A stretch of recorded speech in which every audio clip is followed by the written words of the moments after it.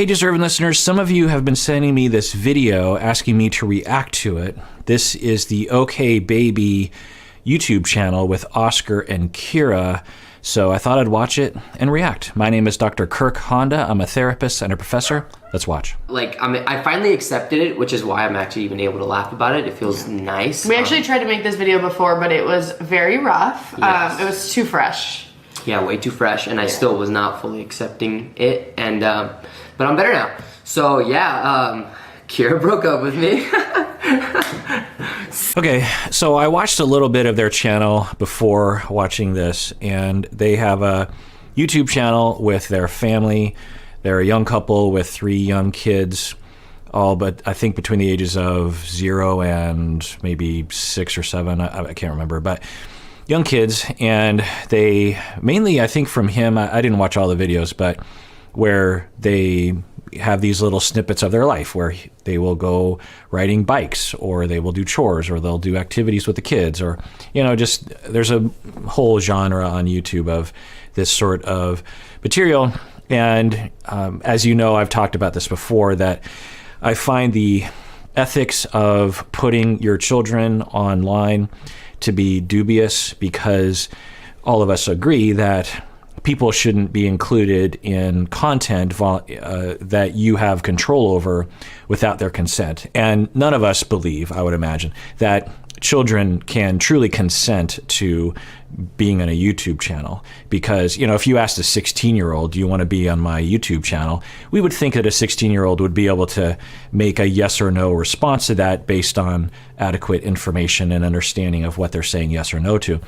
To a 3-year-old, we all understand that child cannot make that consent. Now, will the child grow up to regret it and to be upset about it?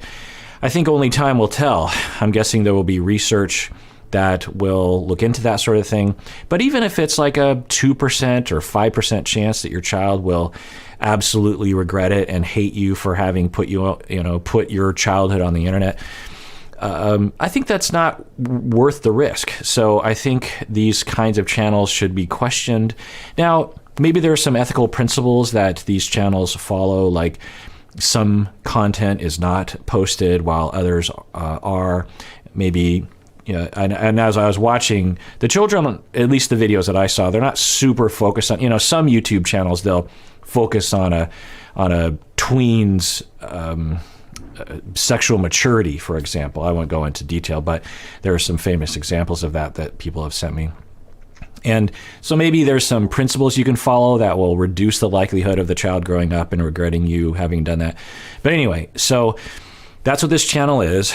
And they have 1.5 million subscribers, so, you know, pretty big audience.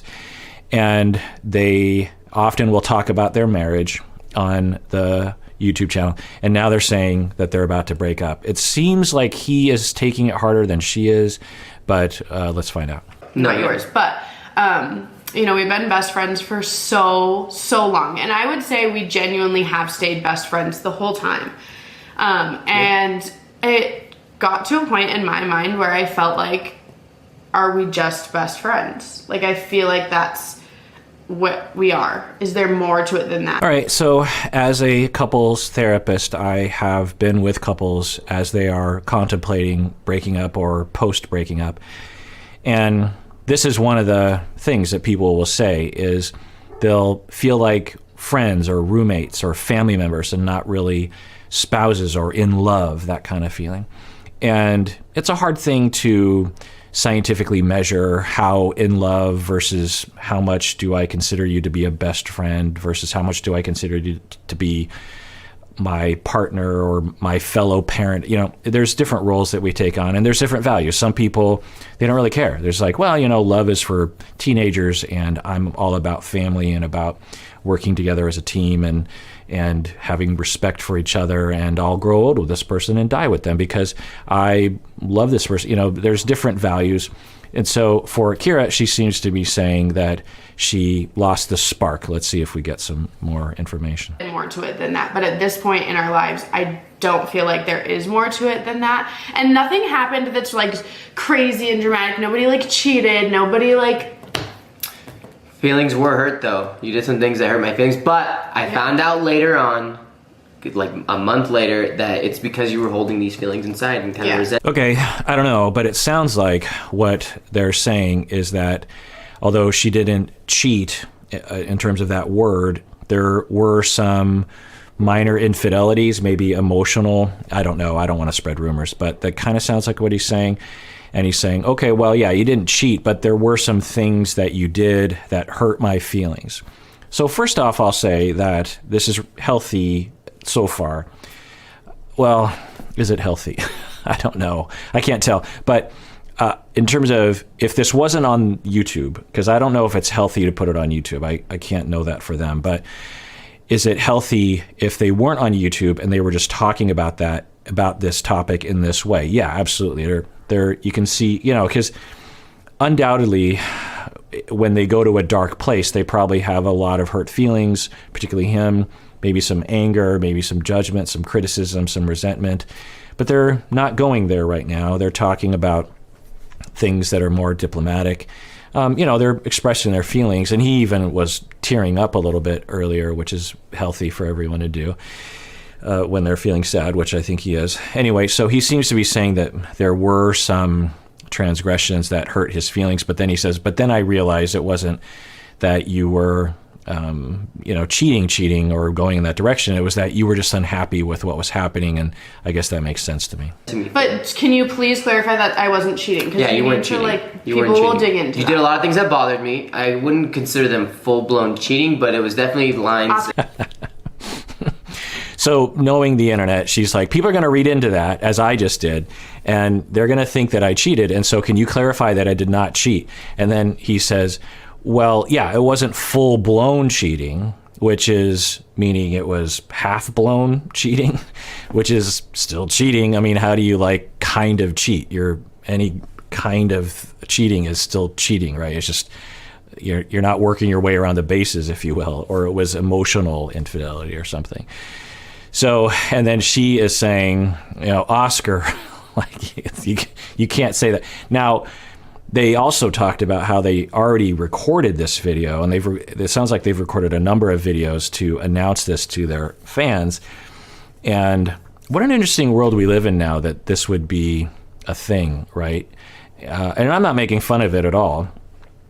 God forbid if something happened with me and my wife. Well, I guess to be specific to me, I had a cat die that was sometimes behind me, and I made an announcement that she had died. So, it's I think important, to inform people because it matters to people. It mattered to me that my cat was here. It mattered to me when my cat died. And, I wanted to make sure people understood because as I talked about things, I didn't want it to just kind of slip out and people are like, wait, what happened to that cat? You get invested in these things. I get invested in my YouTube channels and have parasocial relationships. But anyway, so they have to inform. But she's saying, oh, my goodness, Oscar. Now, they talked about making several videos before this, and they scrapped them because sounded like maybe things got a little raw emotionally, and maybe there was some anger, and it came across tonally not what they were hoping for, maybe a little too honest. So they're trying again, and I think it's happening again.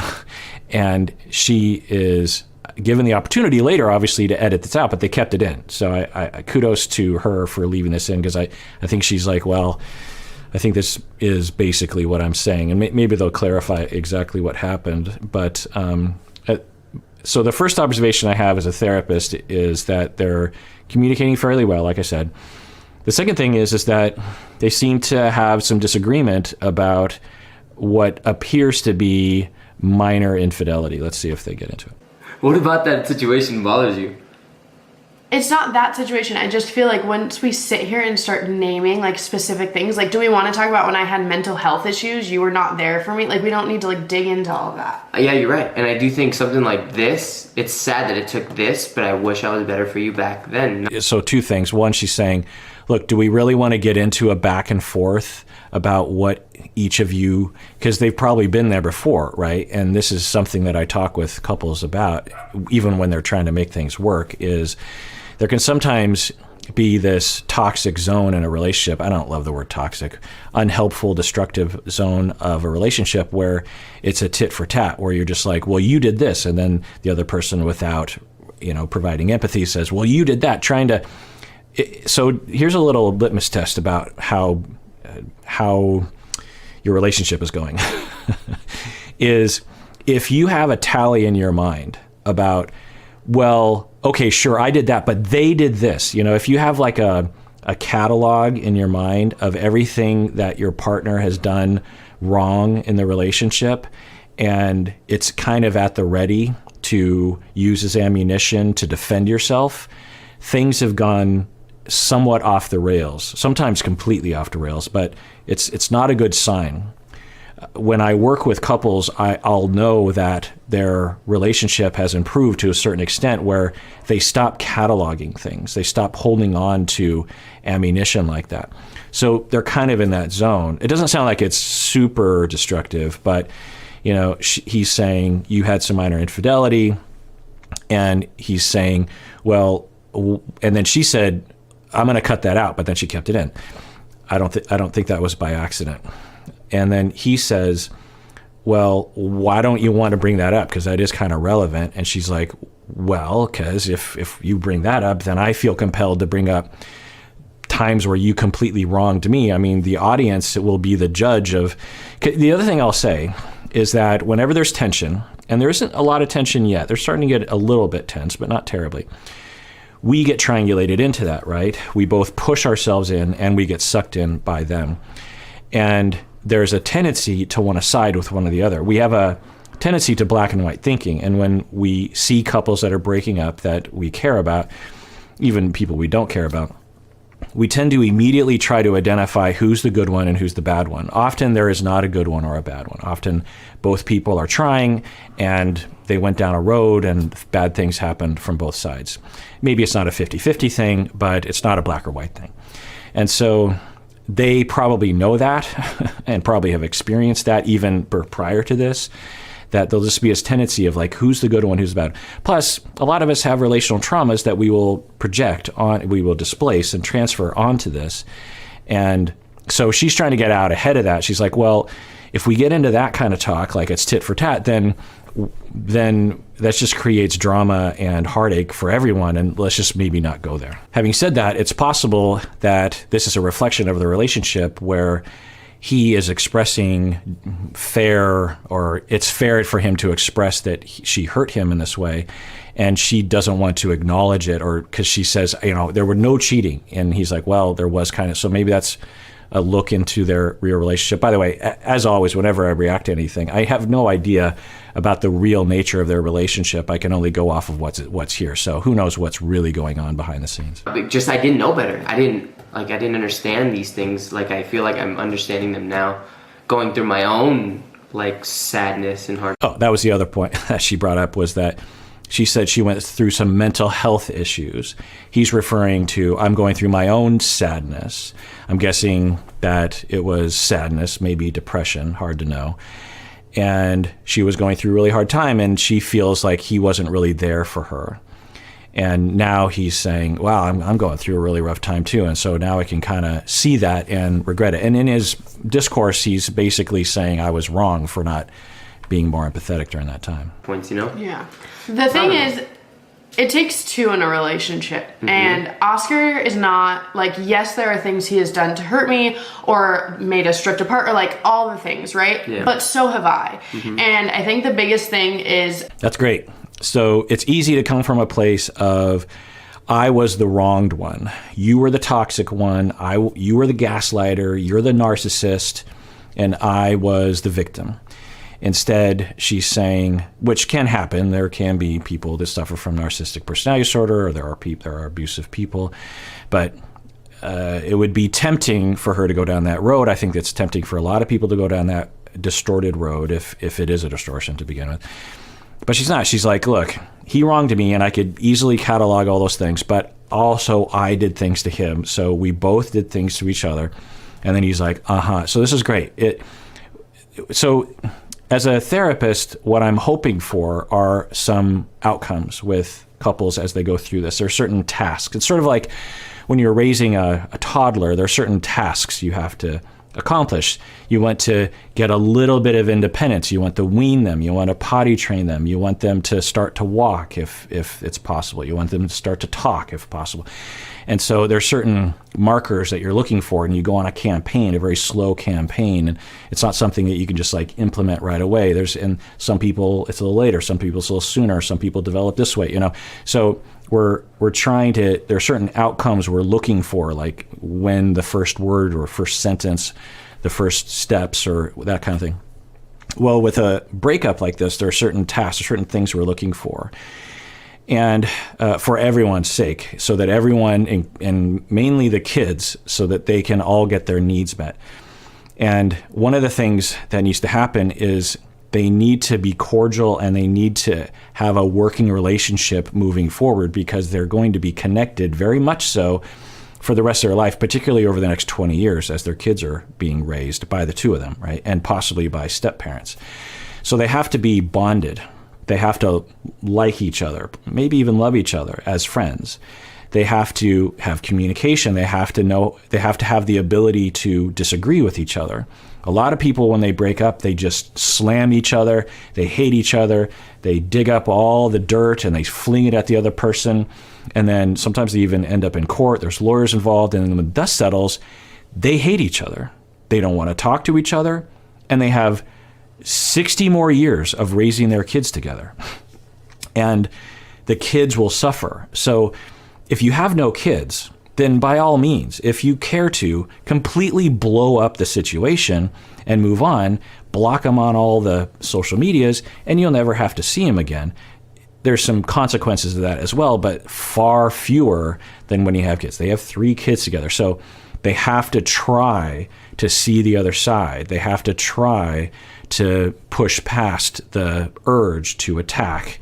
They have to keep their relationship positive, keep their relationship working. They can voice their concerns, they can get angry, they can ask for an apology, and they should apologize, that kind of thing. So that's what I'm looking for. The other thing I'm looking for as an outcome is setting them up for their future relationships if they choose to have some.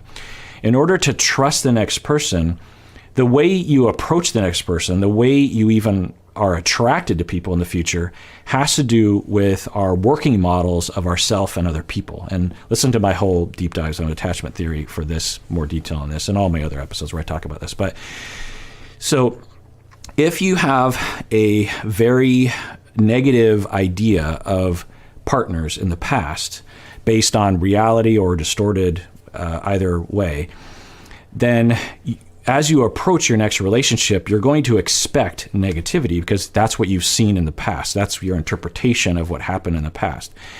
If you expect negativity, especially if it doesn't exist, you'll see it where it doesn't exist, and you'll react to it where it doesn't exist, and you'll push people away. You might even create negativity.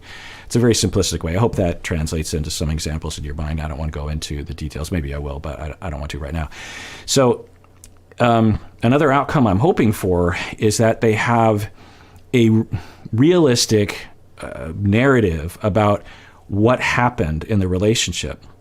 I talk about this sometimes. So for the two of them, best case scenario within reason is for the two of them, especially given what I'm hearing, to look at each other and say, I loved this person, but then, for her, it'd be like, I loved him. He was my best friend. We had a great number of years together, but I just fell out of love. And I still love him as a best friend, as the father of my kids, as my former partner. But I just don't feel it I don't have that spark anymore. And, I even kind of started to have these dalliances because I had this urge to have that sort of feeling in my life again. And so I broke up for that reason, and it was best for everyone that I did that. And I don't regret it. If I could go back in time, maybe I'd do things differently, but I don't regret it. I love that he's a part of my life. For him, best case scenario, he looks at her and says, yeah, it was good, and apparently she fell out of love with me, and, that hurts. But while we were together, she did love me, and I believe that. And I believe I'm a worthy person. And she's a good person. I have my complaints, but overall, I still like her. I still think she's a good person. And I'm looking forward to the future. And I think, my soulmate is out there who won't leave me and won't fall out of love with me. So that's a helpful narrative, a narrative that we're trying to avoid because it will likely lead to those working models that will be a self-fulfilling prophecy in the future is I can't trust women, or all men are accusers or something. These kinds of statements, right? That you'll hear people say for reasonable reasons, but don't help when approaching next relationships. Now, before people comment below, it's entirely possible that you personally have actually been through terrible relationships in the past from sadists and psychopaths and antisocial individuals, abusers, toxic individuals. And your narrative of those relationships is completely accurate. So I'm not saying that you're supposed to just convince yourself that everything was positive. I do know. This is where, for me, I knew that it wasn't something I wanted to hold on to anymore. I knew when I, in my head, was thinking of Oscar being happy with somebody else, and that made me happier, that's when I knew I didn't want to be with you anymore. Okay, that's interesting. So having been with a lot of clients, couples, and individuals on this very question, should I leave or should I stay? It's an interesting question, especially when you're in a relationship that isn't horrible. There are some relationships where you're like, yeah, I need to leave. But some where you're thinking, well, are all relationships? Because at a certain point, particularly you have kids, you've been married for a span of time, there's a lot of stress in your life, and you start to lose that spark that usually accompanies the beginning of a relationship, what polyamorous people call NRE, or new relationship energy. And you start questioning, is this what all long-term relationships are like, or is this just a product of the fact that we're just no longer compatible, or maybe I never was really in love with this person, or they're not my soulmate, as Tanya of Sinjin would say. So Tanya and Tanya of Sinjin. Anyway, so these are questions that run through your mind, and if you're not sure, there's a lot of exploration, and there's certain questions that I will ask people. That isn't necessarily one of the questions that resonates with her. And the question she asked herself is, do I want to see him with another partner? And she said, I would rather see him with another partner than with me because I love him and I want him to be happy. And for her, that indicates, I obviously don't want, because if I really wanted to be with him, I wouldn't want him to be with anyone else. I would want him to be with me. But the question I always ask is, can you live with this person the way they are now for the rest of your life?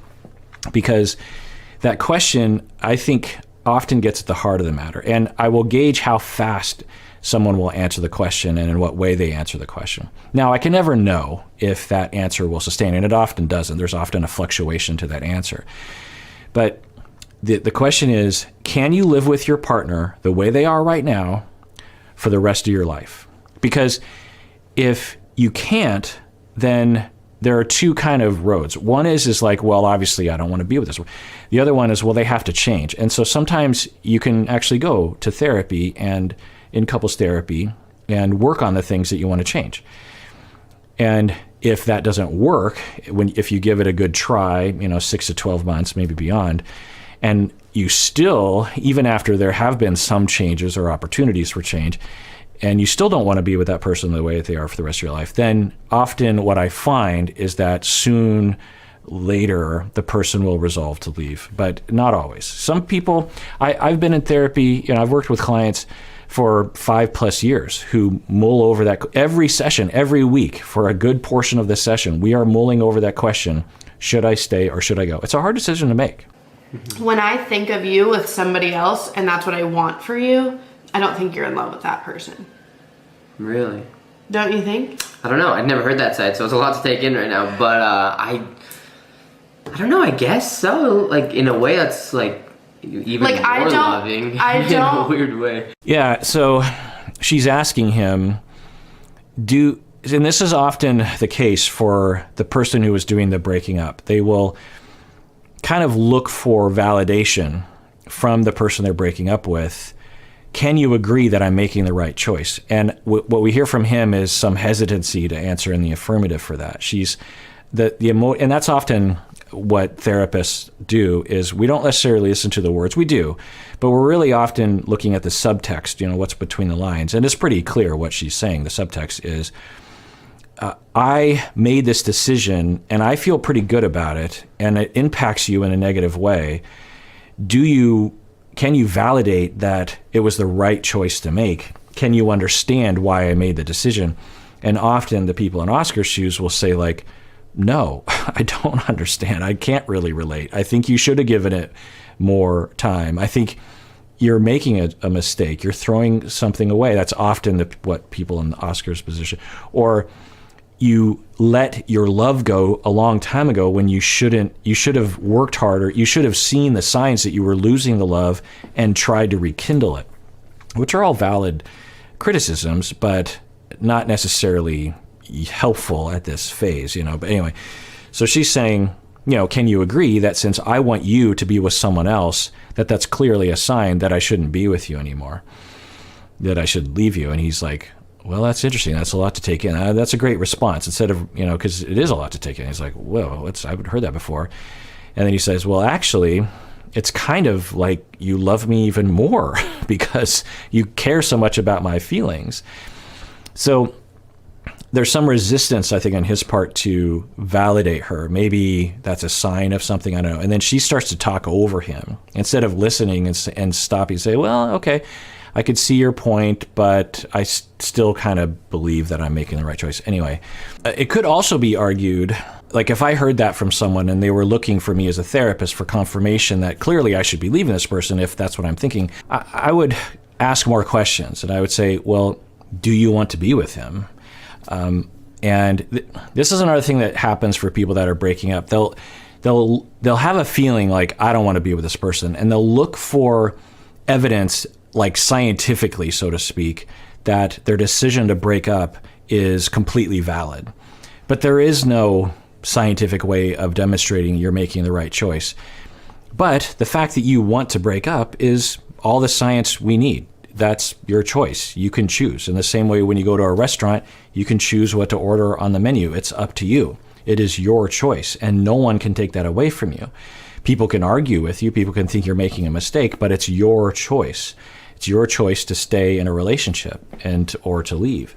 So all the validation, if I were with her, I'd say like, well, I kind of hear you looking for some validation that you're making the right choice. And I can't provide that validation for you, but I can say that if you're asking if it's reasonable, then sure, yeah. But, and then I would ask more questions like, do you want to be with someone else? I'd explore that. And then if she was looking for validation about the gestalt, the entirety of her decision, I would say, well, if you're asking me and because people will do this to me sometimes, is we'll dive into that. I'll say like, so why do you need my validation? Tell me more about that. Or do you feel like you're making a wrong choice?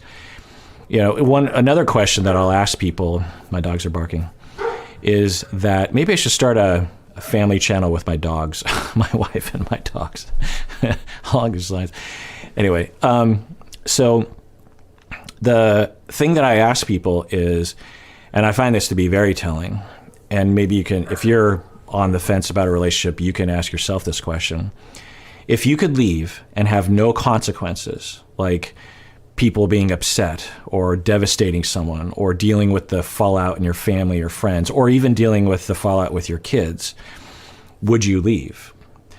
Now, that doesn't necessarily mean you have to leave. Some people will stay and make it work because of other factors like kids or that kind of thing, which is debatable as to whether or not that's wise. But if the answer is, oh yeah, I would leave in a second if my partner was okay with it, if my family didn't freak out and da-da-da, well, that kind of tells you something, right? So that would be another question I would ask her. Like, I can't meet your adrenaline standards. I don't like the things that you like. I don't want the same things that you want. I'm not interested in the same things that you are. And I want you to have that with somebody. So why am I like selfishly hanging on with a... So again, she's still trying to justify, which is fine. She's like, I'm not interested in your activities. And I want you to have that with someone else. Now, from his standpoint, because again, the communication, she's just making a point, but the message, but between the lines is, can you agree that I'm making the right choice? And you see the look on his face. He's like, I don't know, but the gear is turning in his head. If he thinks the way I do, which I have no idea, he would say something like, well, I don't mind that you don't like those things. I don't need you to like everything that I like. I love you and I want to be with you and we have our kids, So I'm guessing he's thinking if that's the only thing you're going after, like we just don't share the same activities and you want me to be with another woman so I can be happy. Like, I don't understand. Like, that doesn't mean you have to leave. To be so mean though this last month. She was actually very nice to me during the like actual breakup process, but there was a phase where like I was trying my Once best. I had decided that I didn't want to be with Oscar anymore, I couldn't tell him that because we were going on these trips. We went to Las Vegas and we were going on a family vacation with both of our families. Okay, that's kind of rough. So he's saying there was a period of time where you were mean to me, and she seems to be validating that, confirming that. He's like, things were good once you told me that you wanted to leave me. Then you were back to being nice again, but there was a period of time where you're not. And this is pretty common, actually, that people will resolve knowingly or unknowingly to leave a relationship, and they subconsciously blame their partner for keeping them trapped or something, and they will take it out on them when it's not their fault. That you're trapping yourself, usually, not always. But anyway, so she's saying, well, actually we had these trips coming up, and I get that. She's thinking, wow, if I break up with him before we go on these trips, it's going to be really rough, or we're going to have to cancel everything, very inconvenient. And I don't know how he feels about that. He could say, I can't tell by his face, he could say something like, well, yeah, I guess that was the right thing to do. I wish you didn't have to get mean to me the whole time. I would have rather you have just told me.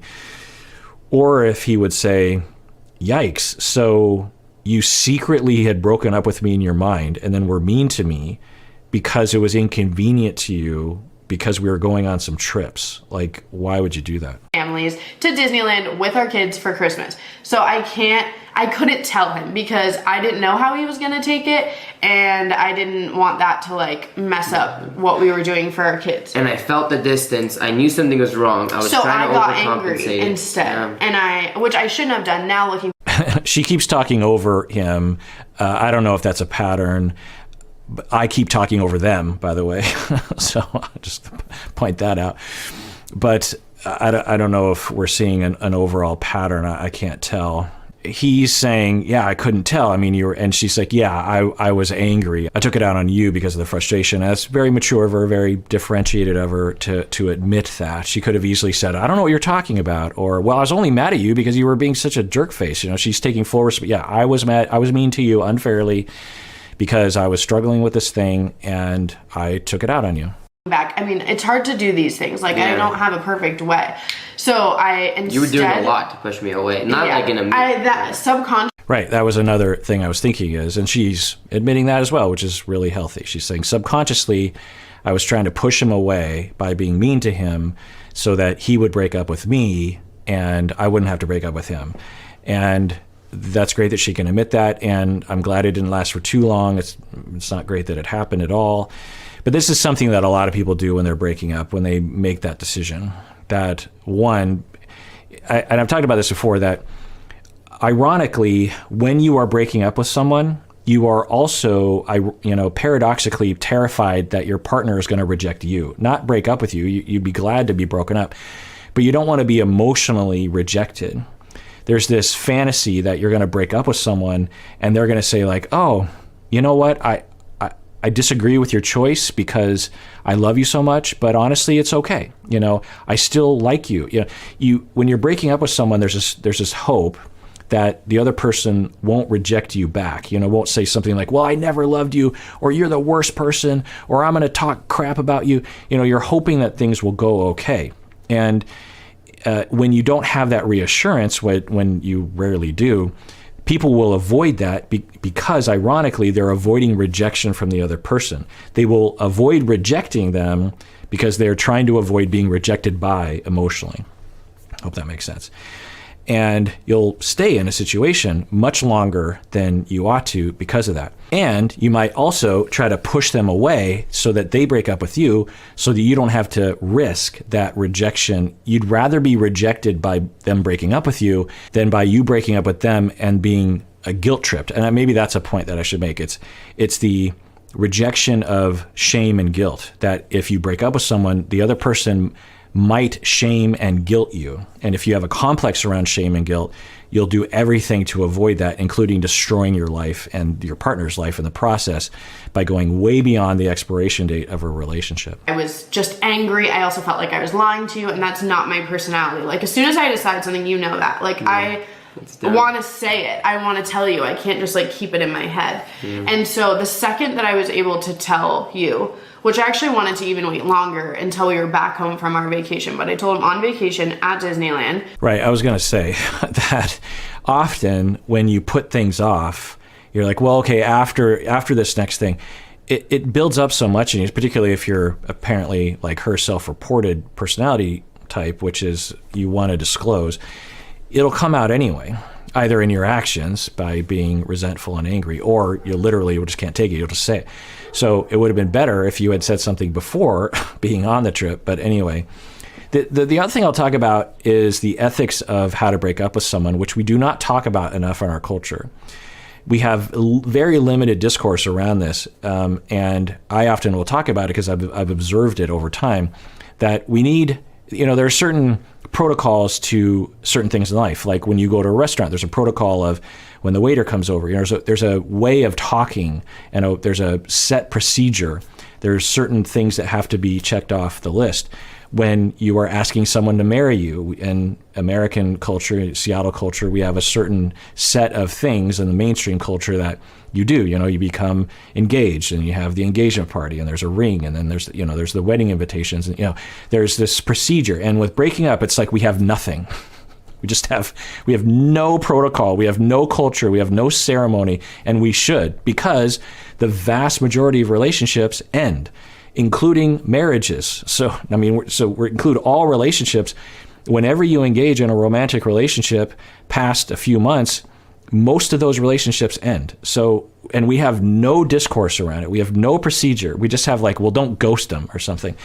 And I've talked about this for a long time. In fact, one of the very first episodes of this podcast back in 2009, I actually talked about this because I was already observing it mid-career for me. Anyway, so the ethic is that she's actually exhibiting a reason for is when you make the choice in your head, I'm done and I'm going to leave this person, it's incredibly important that you tell your partner to withhold that from them for your own convenience. And not every situation is the same. So these are ethical guidelines, if you will.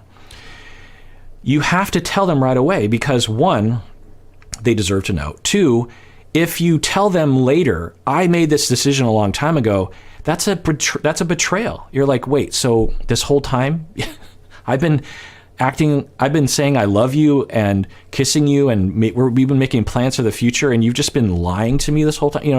It's a very hurtful thing. It's lying by omission in a huge way. That's something very important to someone. And the other ethical principle that's related to this is you have to face the music. You have decided in your mind to leave this person. There are going to be consequences to that, and they're not going to be pretty, and someone's going to be hurt by that, and they might lash out at you.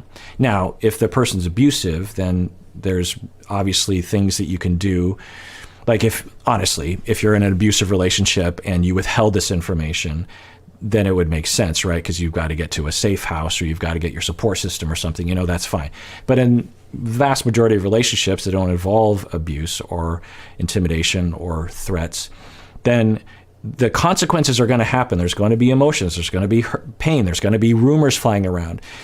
They might go on Facebook that night and say, like, my wife is a jerk face. And you're just going to have to deal with that because that's the reality of the situation. And it's not valid to worry about that to an extent that you will withhold that information. So she's exhibiting now. She's admitting that she should have said something earlier, I think. Christmas. Dude, I'm laughing now, but like I said, I saw it coming, and I feel like... But wasn't I so much better once I told you? Yeah, we finally were like friends again. It was kind of nice. And honestly, ever since we have been, there's been like ebbs and flows of emotion. So she keeps interrupting. I'd have to ask him how he feels about it, and maybe he's like, it's fine, I don't mind. From his facial and body language, I don't think he's enjoying it. I think he wants to finish his ideas a little bit more fully. There's nothing wrong with her chiming in, but there seems to be a pattern here. Why would that be? Is that a personality trait? Is that part of their dynamic? I don't know. Is she trying to manage the narrative a little bit because she knows that she'll come out as the bad guy in this situation? I don't know. Yeah, no, yeah, for sure. I think it's crazy though. I mean, for me, it felt like forever because this has been happening since like late November. So for me, it's felt like forever, but in the grand scheme of things, this all happened fast. And it's kind of crazy, like... I think a little bit, this is where we differ. In my mind, things have been happening for like a year. Yeah, this is a very common thing that people will talk about is, for him, he's like, no, so it's January 7th when they posted this. And he's like, just a couple months ago or a month and a half ago, I feel like that's when things started to change. And then all of a sudden, boom, we're getting a divorce or we're breaking up. And it just seems so fast. And for her, she's saying, no, it's been going on for a year. And this is something that is hard to talk about, but it's something that you kind of have to repeat. And this is where it's imperative that the breaker-upper, the Kyras of the world, do their best to download the truth into the Oscars of the world's head and heart. In that, you know, a common story is, about a year ago, I started to have these feelings, but I thought it was just a temporary thing. And I tried to push it out of my mind because I just didn't want to contemplate breaking up with you. I love you. And all the problems that would happen. But then I started to have more of these kinds of feelings. And then you did that one thing. And then I went, for a couple of days thinking like, why am I even with this person? And I don't want to say you're a bad person. I'm not blaming it on you, but I'm just saying like, this was a feeling that was building over time. And I didn't, and I struggled. And if you did, hopefully you did try to push back on those feelings, try to rebuild the relationship in the way that you wanted it to be so you could build that love back. And then you want to say that, of course. And this, of course, is a perfect time to go to couples therapy, by the way. I don't know if they did. And then, but then it just became too much. And then this kind of event happened. And then eventually I started having these thoughts. And then I said, and then the tipping point happened back in November. And I was like, yeah, this has been over. And so it wasn't just this quick decision. And I could see how it would seem that way to you. The reason why you need to download that whole thing into the Oscars of the world is that if you don't, then the Oscars of the world walk away from the relationship saying, she didn't even give this any thought. She just woke up one day and then a month later it was over. It's like, who does that? I mean, throw away our entire life. What am I, like, just completely, am I garbage? You just, at the first sight, you don't work at it. You don't try. You don't try to work on it. That can be very hurtful. And two, it creates that negative narrative, that distorted narrative that's actually based on assumptions and not the truth, that can cause you to have self-fulfilling prophecies in the future. Really? Not a year ago was I like, I want to leave. But a year ago is when I was like, oh, we just had over a year over ago. This. I know. And you were done? No, that's what I just said. Oh yeah, but you were like, I hate this, I'm over this? No, you're not listening. Okay, you can see, he's really hurt by that. He hasn't heard this. So it's interesting that they haven't had this specific conversation until on camera, which I commend them for giving us an opportunity to see the reality of breakups, but I hope obviously he was okay. He consented to it being posted. But anyway, so he's like, really, what? A year? Yeah, I mean, I did not know that. And because he's hurt, he's like, wait, so a year ago, you've been lying to me this whole time, which is a common reaction. And what she's saying is like, no, it started to build. I hope she elaborates on that. And he's like, really? Like, you wanted to leave me all the way? She's like, no, you're not listening to me. It was gradual. So hopefully she can clarify. That is when I was like, oh, I hate this. Oh, I hate that you get so angry all the time. I hate that you throw things. I hate that this. I hate this. Well, that's an interesting detail. He gets angry and he throws things. Okay, so I don't know what that means. And I don't want to make light of it, obviously. So I wonder if we'll get some details on that one. Mad at all up until like late November when things were going downhill. No, you get mad just because it's not to You're right. your anger extreme. No, yeah, we fight. Everyone fights and argues. Yes, Yes. I did explode a few times, guys, and I've worked on it. I've actually gotten way better at it over the years. He has gotten better at it, but that. Okay, so again, very differentiated, very healthy. He's saying, yeah, I'll admit that I did explode, and I'm not going to refute that. I mean, he initially did, because it's hard to hear that information, but then he quickly corrected himself. No, that's right. And then he consented to have this put on the internet, which is good. I mean, it's not great that he's doing that. I'm guessing he would take it back if he could, and some people have episodes like that. It doesn't mean it's okay, but it means that in order to heal and move forward, you have to admit it. And in order for all of us to begin that process, we have to have examples who step forward like Oscar. It's so hard because making this video, I want to sit here and just tell you guys, this is what's happening. I'm sad. I know you guys are going to be sad. I'm sorry that we haven't made a video about it for a minute. But also, all that's in the back of my mind is, how will people take what I just said? How are people going to take what you just said? Right. And of course, they should think about that, honestly, for self-preservation and I assume their career moving forward as YouTubers. And that's what I was saying earlier. But I will say it seems genuine. This seems like an authentic version of the two of them. They're, I think, editing certain things about it, but I think that they're being honest. It seems that way to me. I don't know. We're not able to even be in the same room at one point, So yeah, towards the end it did get really bad. But I feel like, long story short, I do feel like we're in a really good place right now. We're still trying. I mean, this is like we're figuring it out. Yeah. We have a whole life together. We've been together for 7 years. It takes a minute to know what we're gonna do. I wonder if they'll continue making videos, maybe they already have, about breaking up and co-parenting. That'd be interesting. I wonder if other YouTubers have done that. And if they do, and they want to, that would be commendable because it could model how to co-parent, how to divorce if they're married or break up while having kids in a way that takes care of everyone in the process. To keep things as positive. Yeah. Positive as well. Why did you look like that? No, I'm just thinking. I'm sorry. I'm thinking about the future too, how it's gonna go, and just we're still gonna be vlogging and uploading on this channel together. We still are gonna live in the same house. It's a little frustrating when she cuts him off. So I don't know what's going on there. So a little observation in terms of what I was seeing is she was saying, look, I know we're gonna be the best parents, but I also want us to be positive. And of course she wants that because she's breaking up with him. And it sounds like he wants that too. But he had a facial expression that was something that she was like, wait, what's that? And so while she's saying, I want us to be positive, he had a face. She's like, what's that face? And that was good. She asked him. And because he was giving a face, and so he's like, "Well, and then he starts to explain himself, and then she interrupts with what seems to be kind of a non sequitur, which is, "We're going to still be vlogging. We're still going to." So I was like, I wonder if for her, she considers it her job.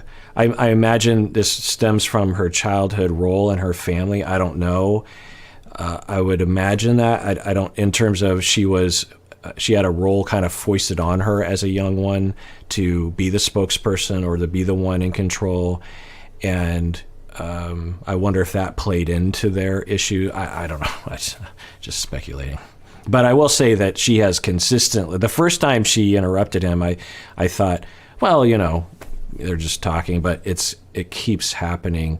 And I'll tell you, as a couples therapist, and as a professor, one of the things, so there's two things. One is that when I see this in my office, I don't do anything about it right away. I make note of it. It's just notable. It's like, oh, that's interesting. In the same way that he lets her interrupt, or the way he comes across, that's also notable. And I don't know what it means. When I see that in the first 5 sessions, I have speculations as to what that means, but I don't really know what it means. The second thing that I do with my trainees in couples therapy is I will say, when you see this in your first session, unless you're absolutely sure it's a good idea, don't try to change it. Make note of it and say, that has to change, especially if you think you're going to have a lot of sessions. If you think you're only going to get 3 sessions, then you might have to lay some ground rules and say, no, let him talk. Because there's this compulsion to stand up for the Oscars of the world and say, like, hey, Kyra, shut up, let him talk, stop interrupting. There's this compulsion to make things fair. And this is just my style of therapy. There are a lot of unfairnesses that are existing in any couple, and a lot of quirks and problems. And if you comment, and some therapists are like this, and they can actually make it work for them, but this isn't my style. If you comment on every observation as soon as you see it in the first session, that's all you're going to be doing, and you're not going to really get to anything. So you make note of it and you say, I'll target that at some point. The other thing is you need to have a good relationship with the people. You don't know if this couple came in. I wouldn't know for sure if I could confront Kyra about this and have her not hate me and never come back to therapy, and what good would that be? If I cause them to blow out of therapy, then I'm not really helping them. So I have to ease them into it, you know what I mean?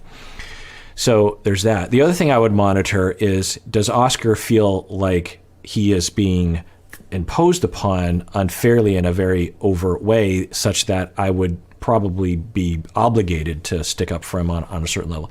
The other thing is that, and this is, again, my style, that a lot of other family therapists share, that when you meet a system, a family or a couple, you want to join the system. And a lot of people in my industry use the word join as a word for rapport, but it doesn't mean rapport. It can coincide with rapport, and it can involve rapport.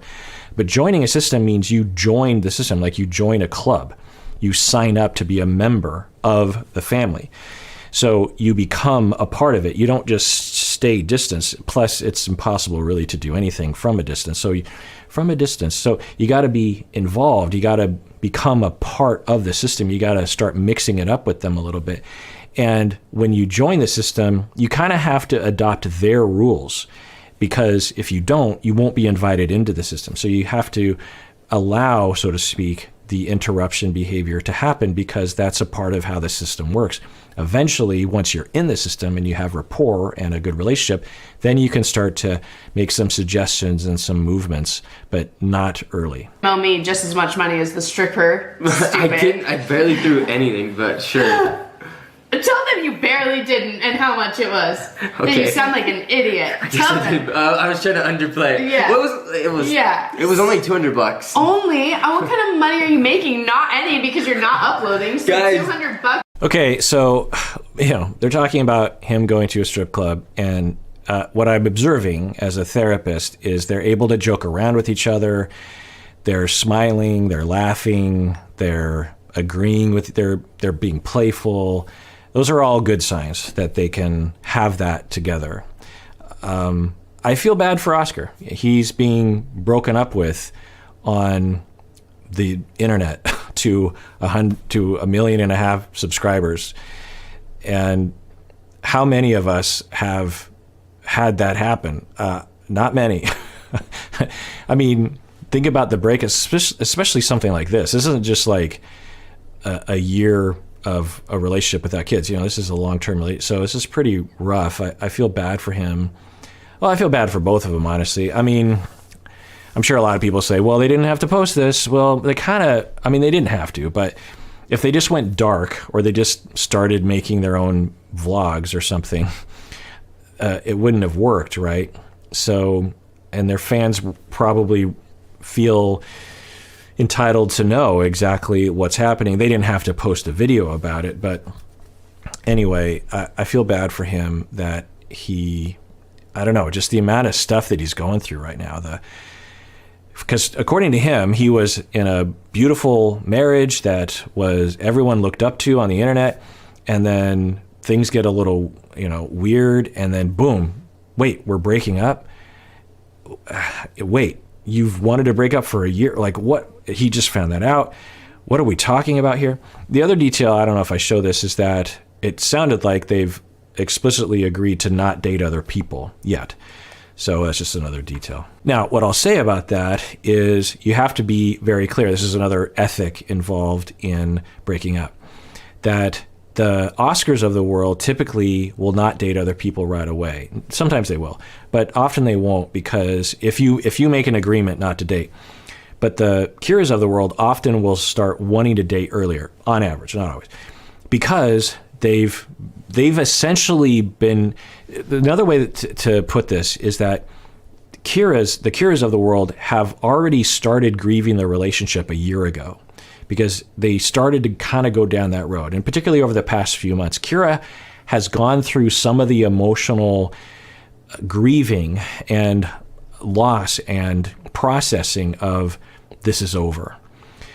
And so they've grieved a lot, sometimes completely to some extent. The Oscars of the world start grieving today, and their grief now begins. Your grief has already mostly or partially been processed. His grief begins today. And so you have to recognize, as if you're Kyra, that they're now starting where I was a year ago. And so they're going to go through a lot. They're going to go through everything that I went through. And I can't expect them to get to my space emotionally, because it's going to take them a year to get to my point. And so I have to allow for that. So along those lines, the Kyras of the world sometimes will start dating right away, or they'll want to. And it's important that you be very explicit. So if the two of them say, we're not going to date, and maybe that's all they talk about, but you have to say, what does that mean? Does that mean you can't flirt? Does that mean you can't text your ex-partners? Does that mean you can't go on a group outing and dance with other people? Like, what does this mean exactly? Because as soon as you get into that zone, again, because we have no protocol in our culture, it's unclear exactly what that means. Or when you do start to want to date, what's the procedure? That also has to be discussed. Because say you're like, we agreed not to date, but this guy asked me out on a date, and I want to go on a date with him tonight, but I don't have time to tell Oscar about it. So I'll go on a date with him, and then I'll tell Oscar. I'll tell him as soon as I can, but it's not convenient to tell him right now.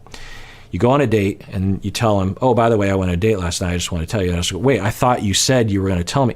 So it can feel like another betrayal. So you have to be very clear. You're almost kind of entering into a polyamorous open relationship at that point, because you have some tie, some obligation to each other about this, but you're allowing for the possibility at some later time for other things to open up. So you have to be very clear, very communicative. Hey, I just found out I was single, okay? I wanted to feel like a baller. You didn't even get a lap dance though. Okay, anyways, revert. Go back. Oh, interesting. So I didn't catch that. So he's saying, I just found out I was single, and I went with some friends to a strip club. So this points to something that will often happen, the messiness of a breakup that can occur, that you can maybe do some extreme behaviors. And you want to be careful, because you don't want to self-destruct with drugs and alcohol and other kinds of things. But that's kind of what I'm hearing, is he's just like, I just need to get out of the house. I need to be with my friends. I need to maybe go to a strip club, and maybe that will help me somehow. That's what I'm hearing. First of all, I wouldn't even know how to go about that. Like, I don't know, guys, I feel like they just like need that. Like, Oscar and I haven't slept together in some time. It's been like a month, yeah. Like 2 months. Almost, yeah. It's gonna be there. It was like the beginning of November. Dude, that's too TMI. Anywho. She was telling me... Okay, so they're saying they haven't had sex in a couple months, and that's an indication to them that their relationship is really not going well. Other couples have sex, once a year, and their relationship is going very well. So it's, there's variation there. But to them, their normal routine sounds like they had much, more regular sex. And for them not to have sex for a couple months is a big difference and an indication of something. Okay. Hey. It still is bad luck. So no, I'm not letting them give it to anybody. But I would like them to just at least like see it or have it or decide what they want to do with it. Like a family heirloom. Break it into 4 pieces. What happens if I have a 5th kid though? Well, that's your new person's problem, not mine, dude. Oh, they have 4 kids. Earlier I said they had 3 kids. I thought I looked at their about page, and so okay, 4 kids. Wow. We are nuts, dude. We've been nuts since day one. Day one. Nuts. The minute I met you, I should have been like, oh my god, say no to this girl. She's way too much right now. But yeah, that's what's going on. Right person, wrong time. Maybe. But it's the wrong time forever. Don't get your hopes up. Yeah. Okay, so she says, right person, wrong time. And again, this is another ethic in breaking up, is I think she's saying that as a consolation, as a way of trying to be nice, of just like, no, you're a great person. It's just the wrong time for us. But that implies, well, then maybe later? I don't understand. So maybe in 10 years we'll get back together. I don't understand. And then he's like, well, maybe. I think he's a little confused by that. And then she says, well, don't get your hopes up. It'll never be the right time. So why would you say that to begin with? You're trying, and this is a major thing to think about if you're breaking up, is for sure, think about the other person's feelings, but in the entirety of their feelings, not just the feeling that they're hurt by you breaking up, but think about how they're going to feel about the overall breakup. And so you want to tell them, if you can, look, you're a great person, but you don't want to give them any false hope. And this is something, another thing that needs to be talked about between the two of them is, it sounds like they plan on vlogging together and also being friends, and not just co-parents, but actually friends. And what does that mean? Because often to the Kyras of the world, they want to be involved, but to the Oscars of the world, sometimes it's like, I can't be involved, or to be involved means I want to be with you, or to be involved means you want to be with me, and that confuses me, or something. And so all that has to be ironed out. But those kinds of statements are in a category of statements, right person, wrong time. Unless you caveat that pretty heavily, then you give the wrong impression because you're trying to save their feelings. You can say things like, you're a great person, and I'm sure you'll make someone really happy, but you're just not the person for me. Or, I really loved you for a certain amount of time, and I don't know what happened, but then I no longer was in love with you. But that doesn't mean you're a bad person. It has nothing to do with you. It just has to do with how my feelings evolved or something like that. So, and I don't know if those are great things to say, but my point is that she just committed one of those ethical problems that I see people doing, but then very quickly realized, oh no, I'm going to give him the wrong impression, and then proceeded to say something that might be kind of hurtful in addition. Oh my God. The fact, confidence, I love it. The fact that you think after everything you put me through, I would be like... Me put you through? I've done nothing. Like, besides some attitude here and there. And comforting another guy because he was sad. Oh, there it is. Okay. So it sounds like she's saying, look, in my narrative, there's a guy who was sad and I comforted him. I'm guessing that's emotional. It could be physical comforting. I don't know. Non-sexual physical comforting. And then he's like, oh, there it is. That's what we were talking about earlier. That's what hurt my feelings. I didn't even do anything. I know. This is comforting to Oscar. Oh, shut the... But guys, that was early on. Don't even get me started. But one time, Oscar was talking to Hannah, and they were helping each other through emotional things. So is that weird? Considering where things were going, and I never was rubbed Oh no, it's weird. I'm feeling weird about it all. Okay, that's interesting. So it was physical. Again, they're doing that thing where she's saying, well, you did that one thing, and you just don't go there. If you want to bring that up, bring it up, but don't bring it up in response to something that you did that was hurtful to another person. Just say, yeah, I shouldn't have done that, and I'm sorry. I didn't feel like it was infidelity at the time, but I could see how it would hurt you. End of topic. And by the way, you did that one thing, finish the one topic, then you can bring up the other one. Don't bring up the other one as a way of finishing. It's not like, what's he supposed to say? Oh, you're right. Yeah, I shouldn't complain because I did that one thing one time that you interpreted wrong. So a pretty classic thing. It doesn't bode, but they seem to be dealing with it fairly well. They're on camera. God knows they're referring to another video that they made where it got more ugly. So we could imagine what that would look like, I think.